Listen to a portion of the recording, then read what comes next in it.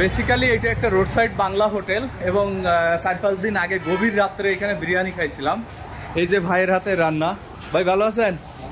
ভাই এই হোটেলটা কিন্তু নোংরা বুঝছেন, কিন্তু এনাদের যে খাবারের মান সেটা অতুলনীয়। মানে বাংলা হোটেল একটু নোংরা টোংরা একটু মেনে নিতে হবে নাকি ভাই? নাকি একটু পরিষ্কার করতে পারেন না? আর আরো সুন্দর করে পরিষ্কার করবেন। এই ভাই রান্না করে, ওনারা মাত্র দাম নেন 120 টাকা। এর মধ্যে আবার একটা ডিম থাকে, চিকেনের পরিমাণ যে আহামরি থাকে সেটা না, তবে যা থাকে আমি দেখাচ্ছি আপনাদের। এবং সেই সাথে কথাটা হচ্ছে ওনারা যে রাইস দেয় একেবারে ভরপুর, এক প্লেট ভরপুর দেয়। ওটা হাটাজারি থেকে কি বলে অক্সিজেন। এই রোডে এই হোটেলটা বাংলা হোটেল, একটু অর্ধেক ময়লা বা অন্য কিছু এগুলো মেনে নিতে হবে। আমরা এর থেকে পরিষ্কার কিছু খেলে আমাদের স্টমাক আবার হজম করতে পারে না। কেমন আছো? ভালো আছো?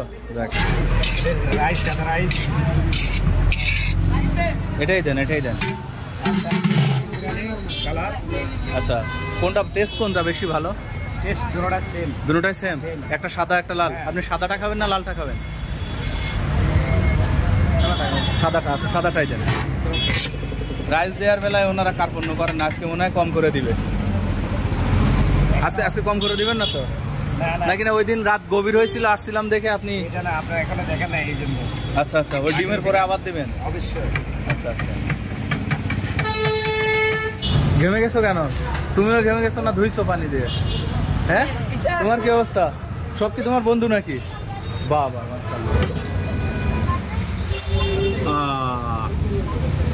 আর একটা জিনিস হলো বিরিয়ানিটা একেবারে গরম থাকে। ফুটপাতে খাইলে ওই শুধু লাল, এই যে মুঘল আমল থেকে এই লাল ন্যাকড়াটা আমরা বিরিয়ানির এতে বহন করতেছি, কিন্তু কেন বহন করতেছি এটা জানি না। তো শুধু লাল দেয়া থাকলে হবে না, সেই সাথে গরম থাকতে হবে। ওনারা আসলে গরম দেন।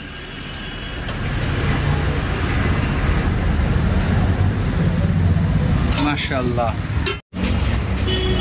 আর কিন্তু আসবো না, ভালো করে পরিষ্কার করবেন। আপনারা কিন্তু অনেক লোক আছেন, সবাই সুন্দর করে পরিষ্কার করবেন ইনশাল্লাহ। ভালো করে পরিষ্কার করবেন।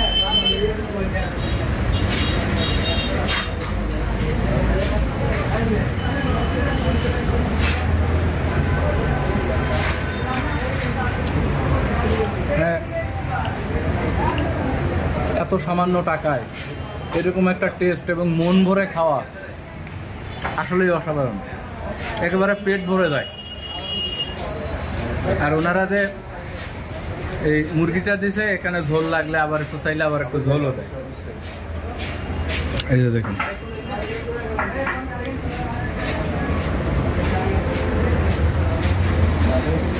টেস্ট অনেক ভালো।